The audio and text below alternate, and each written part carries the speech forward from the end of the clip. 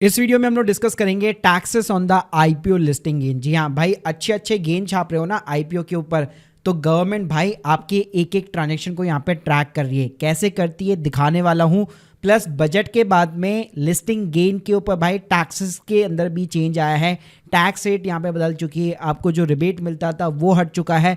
तो भाई ये सारी लेटेस्ट चीज़ें इस वीडियो के अंदर डिस्कस करने वाला हूँ। कहाँ से टैक्स रिपोर्ट निकलेगी, कब आपको टैक्स पे करना पड़ता है, सारी जानकारी एक ही वीडियो के अंदर, तो प्लीज पूरा वीडियो जरूर देखिएगा। स्टार्ट करने से पहले बताना चाहूंगा, अगर आप एक टैक्स कंसल्टेंट की मदद से अपने टैक्स को कैलकुलेट करना चाहते हो, आईटीआर फाइलिंग या कंसल्टेंसी बुक करना चाहते हो, लिंक इन द डिस्क्रिप्शन में। पहले बात करते हैं कि भाई गवर्नमेंट को पता कैसे लगता है कि हमने इक्विटी मार्केट के अंदर कोई ट्रांजेक्शन यहाँ पे किया है। तो देखिए अब ये बड़ा आसान हो चुका है एनुअल इन्फॉर्मेशन स्टेटमेंट के थ्रू। अगर आप एक बिगनर है, सिंपली इनकम टैक्स की वेबसाइट पे जाओ, अपना एक अकाउंट यहाँ पे क्रिएट कर लो। अकाउंट क्रिएट करने का मतलब नहीं है कि आपको आईटीआर फाइल करनी है, वैसे नॉर्मली आप चेक करने के लिए भी अकाउंट क्रिएट कर सकते हो।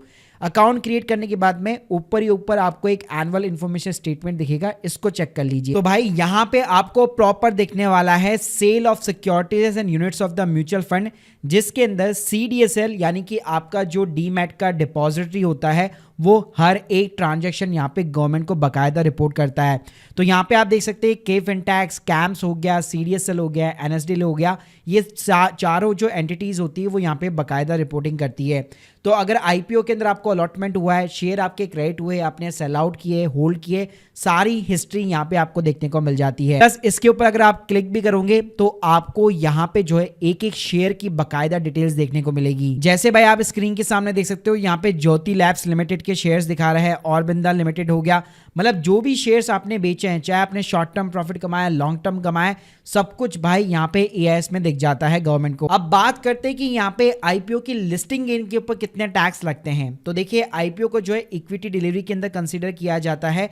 तो अगर आपने यहाँ पे जैसे आपका अलॉटमेंट हुआ है और लिस्टिंग डे वाले ही अगर आपने प्रॉफिट बुक कर रखे, एक साल के पहले प्रॉफिट बुक कर दिया, तो ये आपका शॉर्ट टर्म कैपिटल गेन के अंदर काउंट होगा। अब यहाँ पे देखिए टैक्स रेट कैसे लगेगा। अगर अप्रैल 2024 से लेकर 23 जुलाई 2024 के बीच में आपने यहाँ पे प्रॉफिट बुक कर रखा है तो सीधा 15% का टैक्स रेट लगने वाला है। वहीं पे 23 जुलाई से लेकर 31 मार्च 2025 के बीच में अगर आपने प्रॉफिट बुक किया है तो 20% का टैक्स रेट लगेगा। तो गवर्नमेंट ने क्या किया भाई, बजट के अंदर ये जो टैक्स रेट था 15 की जगह इसको सीधा 20% कर दिया है शॉर्ट टर्म कैपिटल गेन के ऊपर। वहीं पे अगर आप मान लीजिए शेयर्स को अलॉटमेंट होने के बाद में होल्ड करके रखते हैं और एक साल के बाद में अगर आप बेचना चाहते हैं, तो अगर लास्ट ईयर का कोई आईपीओ था, इस साल आपने बेचा है, तो 23 जुलाई के पहले अगर आपने बेचा है तो वहां पे आपको पूरे अपने जो भी आपका लॉन्ग टर्म कैपिटल गेन होगा उस पर 1 लाख रुपए की एग्जम्पशन मिलेगी और 10% का टैक्स रेट लगेगा। लेकिन अगर मैं 23 जुलाई के बाद में बात करूं तो वहां पे आपका टैक्स रेट जो है 12.5% हो चुका है। यानी इस साल जो आपको आईपीओ लगे हैं और नेक्स्ट ईयर अगर आप बेचते हो तो भाई 1.25 लाख रुपीस की 1,25,000 की आपको एग्जम्पशन मिल जाएगी और उसके बियॉन्ड आपका जो भी प्रॉफिट होगा उस पर 12.5% का टैक्स रेट लगेगा।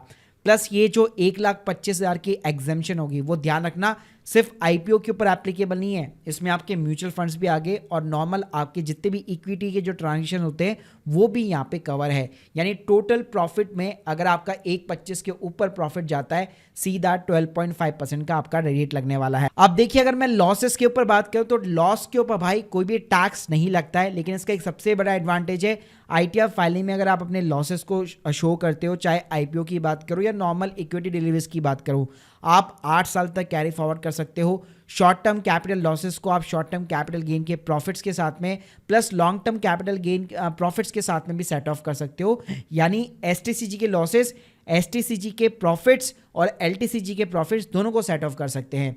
वहीं पे एलटीसीजी के लॉसेस की बात करूं तो वो सिर्फ और सिर्फ एलटीसीजी के प्रॉफिट्स के साथ में ही सेट ऑफ हो सकता है। अब बात करते हैं एक मेजर चेंजेस की जिससे आपको थोड़ा सा यहाँ पे दर्द होने वाला है, जो मैं बात करूंगा टैक्स रिबेट की।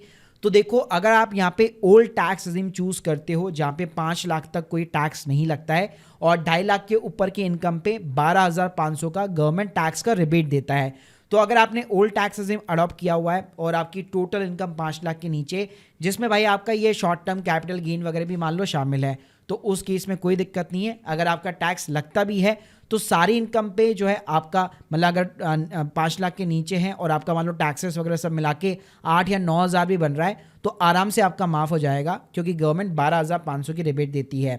बट अगर आप न्यू टैक्स रिजिम यहाँ पे आपने अडॉप्ट कर रखी है और आपकी 3 लाख के ऊपर की इनकम है, 7 लाख के नीचे की इनकम है, तो पहले गवर्नमेंट भाई 25,000 रुपये तक की टैक्स रिबेट देती थी। बजट में चेंज लाया गया, अब ये टैक्स रिबेट 20,000 रुपये की हो चुकी है। प्लस इस 20,000 रुपये की टैक्स रिबेट के अंदर शॉर्ट टर्म कैपिटल गेन का जो टैक्स रेट था उसको अलग कर दिया है। मतलब सिंपली अगर मैं समराइज करना चाहूँ, मान लो आपकी टोटल इनकम 4 लाख रुपए आपने न्यू टैक्स रिजिम अडॉप्ट कर रखी है, तो 3 लाख पे तो वैसे टैक्स नहीं बनता, लेकिन ये जो 1 लाख रुपए मान लो आपका शॉर्ट टर्म कैपिटल गेन है, आपने आईपीओ के ऊपर प्रॉफिट कमाया है, तो भाई इसके ऊपर सीधा 20% का टैक्स आपको अपनी जेब से पे करना पड़ेगा। गवर्नमेंट यहाँ पे आपको कोई भी टैक्स की रिबेट नहीं देने वाली है न्यू टैक्स रिजिम के अंदर। अब भाई कई लोगों का सिर चकराने लग गया होगा कि भाई ये क्या टैक्स के नियम बना रखे, लेकिन टेंशन लेने की जरूरत नहीं है भाई, आपको ये खुद कैलकुलेशन नहीं करनी। आप अपना सिंपली डीमेट अकाउंट के अंदर जाओ, वहां पे आपको अपने स्टॉक्स के कैपिटल गेन की रिपोर्ट्स देखने को मिल जाती है, अप टू डेट रहती है, तो आपको कुछ भी करने की जरूरत नहीं होती, सिस्टम अपने आप सब कुछ यहाँ पे आपको करके देता है। बाकी गाइस यहाँ पे आपका जो भी शॉर्ट टर्म कैपिटल गेन होगा, लॉन्ग टर्म कैपिटल गेन होगा, वो आपको मार्च 2025 के बाद में अप्रैल 2025 से आईटीआर फाइलिंग शुरू हो जाती है। उस टाइम पे आपको प्रॉपर जो आईटीआर 2 या आईटीआर 3 के अंदर दिखाना होगा, और जो भी टैक्सेस वगैरह होंगे वो उस टाइम यहाँ पे आपको पे करने रहेंगे।